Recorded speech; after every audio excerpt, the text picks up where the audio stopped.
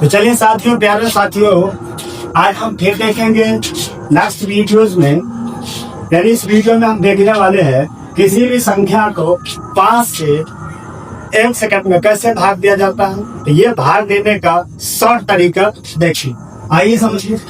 जैसे ये 18 और भागा में है 5, 18 भागा 5, इसका आंसर क्या होता है? तो कुछ नहीं करना है, इसको ये 18 को 2 से गुना कर दीजिए, 36 हो जाएगा और पीछे से एक अंक पर पॉइंट मारिए, यानी इसका कुल भागफल कितना हो जाएगा? 3.6।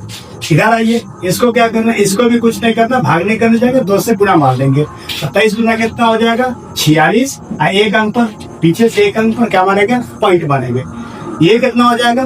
13 को 2 से गुना लगाएंगे तो 13 दूना कितना हो जाएगा? 26। और यहाँ पर पीछे से एक अंक पर पॉइंट मारेंगे। कुल मिला के इसका भागफल कितना हो गया? 3.6। इसका भागफल कितना हो गया? 4.6। इसका भागफल कितना हो गया? 2.6।